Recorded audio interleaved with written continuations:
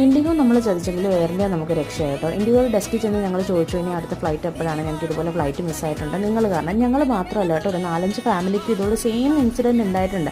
എല്ലാവരും എയർപോർട്ടിനകത്ത് തന്നെ ഉണ്ട്. ഒരു 5 മിനിറ്റ് പോലും അവരതിന് വേണ്ടിയിട്ട് കാത്തു നിൽക്കാതെ അരമണിക്കൂർ മുമ്പേ ഒക്കെ ഫ്ലൈറ്റ് എടുത്തുകൊണ്ട് പോകുന്നത് നമ്മൾ ആദ്യമായിട്ടാണ് കാണുന്നത് കേട്ടോ.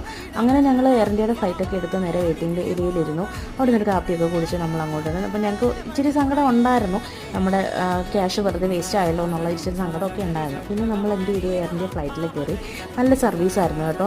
അത്യാവശ്യം മോശം റിവ്യൂകളാണ് ഞാൻ ഇതിനെക്കുറിച്ച് കേട്ടില്ല, പക്ഷേ എനിക്കങ്ങനെ ഒരു അനുഭവമേ ഉണ്ടായില്ല. എനിക്ക് അന്വേഷണം ഭയങ്കരമായിട്ട് ഇഷ്ടപ്പെട്ടു. ഭയങ്കര സാറ്റിസ്ഫൈഡും ആയിരുന്നു. നല്ല ലെഗ് സ്പേസും നല്ല സീറ്റ്, എല്ലാം നല്ല അടിപൊളിയായിരുന്നു.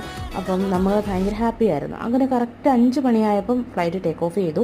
അത് കഴിഞ്ഞ് ഒരു അടിപൊളി സൺറൈസ് കണ്ട് ഞങ്ങൾ നേരെ ഒരു 6:45 കൊച്ചിയിൽ വന്ന് ലാൻഡായി. അപ്പം ഇത്രയേ ഉള്ളൂ. അടുത്ത വീഡിയോയിൽ കാണുന്നത് വരെ ബായ്.